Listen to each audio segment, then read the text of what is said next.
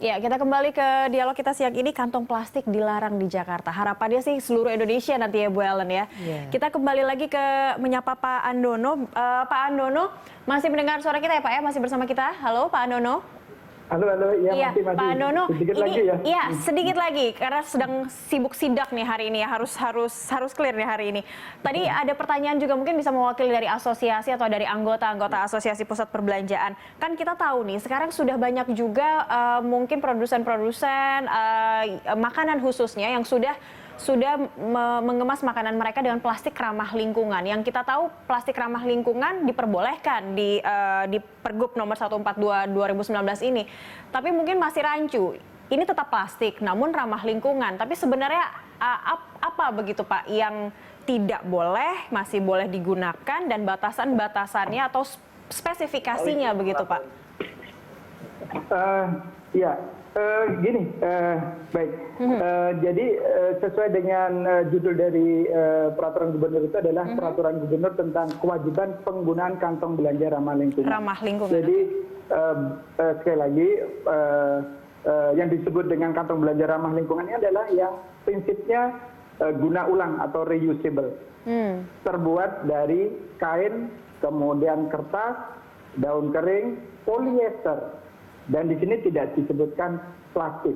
Jadi tadi untuk lebih to the point-nya, plastik kita memang tidak menyarankan di peraturan ini, walaupun diklaim sebagai ramah lingkungan, tapi itu masih plastik dan terbuat dari cassava atau tadi karbohidrat, prinsipnya kan gitu. Nah ini kalau kita diskusikan lebih jauh, ini juga akan ada concern tentang food security. Jadi kita akan berkompet dengan pemenuhan karbohidrat. Jadi ini juga menjadi concern yang kenapa kita tidak menggunakan juga plastik yang diklaim dari cassava dan seterusnya. Oke, Pak Andono. Jadi itu yang kita ini dari poliester. Tapi saya sedikit lagi, saya ingin mengucapkan terima kasih ke Bu Ellen dan asosiasi yang saat ini juga sudah sangat support kami dan kita sudah bekerja hand in hand untuk mensukseskan pergub ini. Oke, Pak Andono, berarti kita butuh penegasan sekali lagi, kantong plastik yang saat ini sudah mulai beredar dengan bahan singkong atau cassava itu juga termasuk yang tidak boleh digunakan begitu ya berdasarkan pergub ya? Betul. Oke, jadi jadi masyarakat atau produsen yang sudah membuat itu jadi harus berinovasi lagi berarti artinya ya. Oke, baik. Dan ini pergub ini sudah betul-betul berlaku di tanggal 1 Juli di mana jika ada tenant atau pasar tradisional atau supermarket pusat perbelanjaan yang melanggar aturan langsung bisa dikenakan sanksi 5 sampai 25 juta. Seperti itu ya Pak Andono? Tidak langsung, ada tahapannya. Kan ada tahap pengawasan, kemudian kalau ditemukan pelanggaran ada peringatan, teguran sampai 3 kali dan seterusnya. Jadi tidak langsung, saya ingin menggarisbawahi tidak langsung.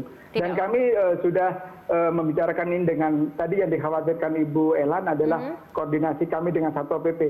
Jadi di pasal 17 dan 18 pengawasan secara terkoordinir oleh Dinas LH bersama Dinas KUKM, Koperasi Usaha Kecil Menengah dan Perdagangan, kemudian dengan Satpol PP. Jadi apapun pengawasannya terkoordinir. Terkoordinir begitu ya, kalau dengan asosiasi bisa dengan langsung asosiasi. Mungkin Bu Ellen ingin bertanya singkat dengan Pak Andono. Pak Andono, ini terima kasih Pak, tapi memang saya pernah menyampaikan ke Bapak juga bahwa kami pusat belanja sebenarnya tidak bersentuhan atau memproduksi tas plastik dan tidak memakai. Yang memakai tas plastik adalah menurut kami tenant ataupun retailer. Jadi menurut kami beberapa di pasal di Pergub 142 ini ada sasaran yang tidak tepat ditujukan sanksinya kepada kami selaku pengelola pusat belanja. Di mana menurut kami diberikan secara tertulis, gradually kemudian naik menjadi sampai izin bayar paksa 5 sampai 25 juta. Kemudian juga kita harus izin dibekukan dan izin sampai dicabut. Menurut kami itu yang tidak bisa kami terima selaku pengelola pusat belanja.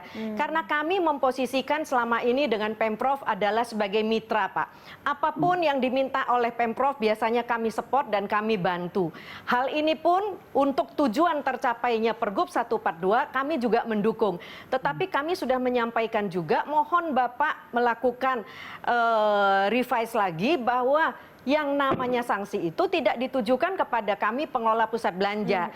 Nah, menurut kami Pak, bila mana Pergub 142 ini harus kita berhasil bersama, tentunya Pak dari pihak Dinas Lingkungan Hidup juga harus melakukan sosialisasi kepada masyarakat, ibu-ibu rumah tangga dan semua, bagaimana mengelola sampah dengan baik. Jadi itu yang pertama. Kedua juga Pak, usulan kami dari pelaku usaha, kami juga mengadakan rapat, seyogyanya dari Pemprov juga membuat suatu pergub untuk produsen-produsen tas kresek tersebut di mana saat ini begitu mudahnya mencari tas kresek dimanapun. Nah ini juga tidak akan memberikan hasil yang 100% kepada Pergub 142. Di samping tentunya kami berharap Pak, tentu ini Bapak sekarang melakukan tindakan ke hilir dulu. Menurut kami harusnya ke hulu dulu, yaitu produsennya dulu. Kalau tidak ada tas plastik yang beredar di masyarakat, tentu masyarakat tidak tahu mau mencari di mana dan beralih kepada yang tadi kita sebut kantong-kantong belanja yang ramah lingkungan. Nah ini mungkin yang ingin kami sampaikan Pak. Selain Bapak memang mengatakan, Ibu Ellen kalau Ibu Ellen berhasil dengan tanpa tas kresek, kami akan berikan fiskal daerah ya Pak ya, dapat insentif fiskal daerah. Namun Pak itu juga belum diatur dengan baik, kami tidak tahu apa yang akan kami peroleh. Mungkin Bapak bisa nanti menjelaskan lebih detail tentang hal itu. Demikian. Oke. Itu aspirasi yang sudah diterangkum juga dari banyak pusat perbelanjaan begitu ya Bu Ellen ya. Jadi artinya diharapkan tidak memberikan sanksi kepada pengusaha atau pengelola, tapi langsung kepada tenan yang memang masih bandel mungkin menggunakan kantong kresek. Dan saya setuju sih Pak, mungkin bisa juga dengan pergub ini diberlakukan ke hulunya dulu betul, supaya masyarakat juga untuk mencari plastik tidak ada lagi, akhirnya kita sama-sama beralih menggunakan kantong-kantong yang ramah lingkungan atau membawa kantong sendiri yang non plastik begitu. Apakah itu juga nanti sudah akan dilakukan juga dari Dinas KLH ataupun juga bersamaan dengan menjalankan Pergub 142 ini, Pak Andono? Ya, baik, terima kasih Bu Ellen. Semua sarannya sudah kami catat dan ini pun sesuatu yang sudah kita diskusikan lama. Jadi kami berterima kasih atas saran-saran dan konsennya menjadi catatan kami dalam perumusan kebijakan ke depan. Jadi sekaligus menjawab pertanyaan Mbak Cakri tadi,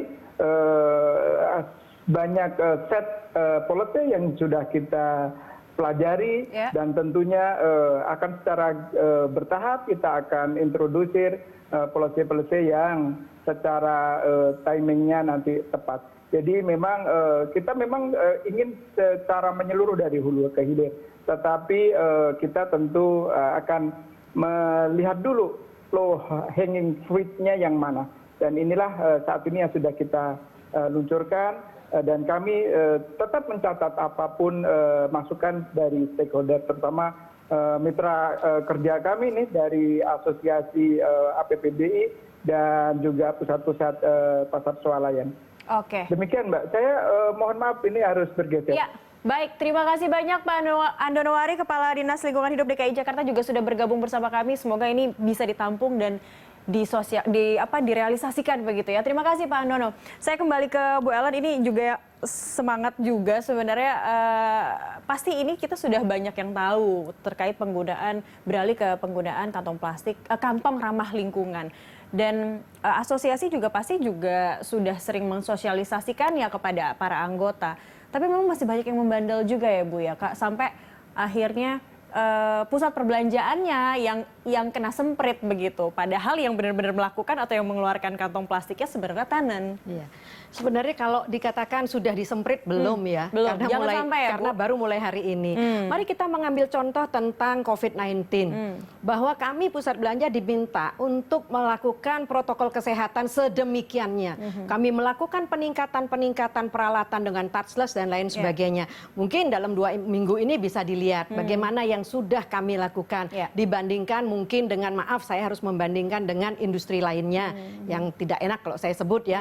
Memang keadaan pasar rakyat saat ini memang sedang pada posisi yang merah, katakan demikian. Nah, demikian pula halnya dengan kantong plastik.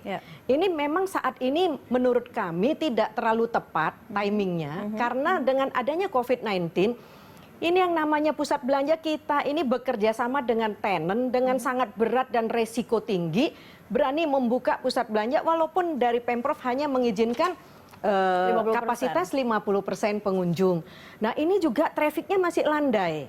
Nah sehingga selama 3 bulan ini baik tenant juga mereka juga karena ditutup, jadi juga tidak bisa segera memproduksi, mau mencari produsennya juga tidak ada, tadi juga tidak jelas, sehingga tentu pada saat-saat ini ada beberapa mungkin yang belum mengikuti 100% arahan dari Pergub 142. Itu sebabnya kami minta untuk ada suatu relaksasi waktu bagi kami, istilahnya tenant-tenant kami, karena kasihan mereka juga mengatakan, dulu, iya, begitu, Ibu ya? selama 3 bulan ini kami ingin produksi sesuai dengan himbauan Ibu sebagai pusat belanja, tetapi produsennya juga tutup, Bu.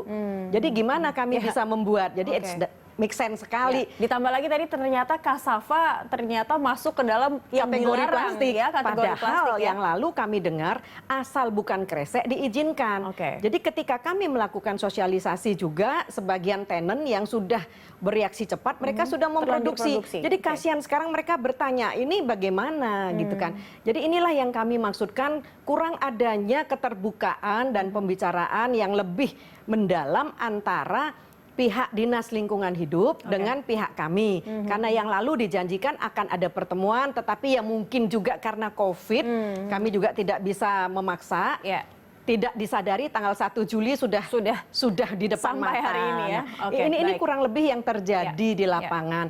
Tetapi tentunya dalam kesempatan ini kami juga sekarang meminta kepada tenant-tenant bahwa mereka juga harus mengikuti. Nah ini yang saya katakan. Ada deadline ya untuk mereka juga ya, untuk segera berpikir atau improvisasi kembali untuk tidak lagi menggunakan kantong plastik begitu ya. Betul. Baik, kita masih ada satu segmen Bu Ellen untuk membahas topik ini. Sesaat lagi pemirsa tetaplah bersama kami, Lunch Talk segera kembali usai jeda.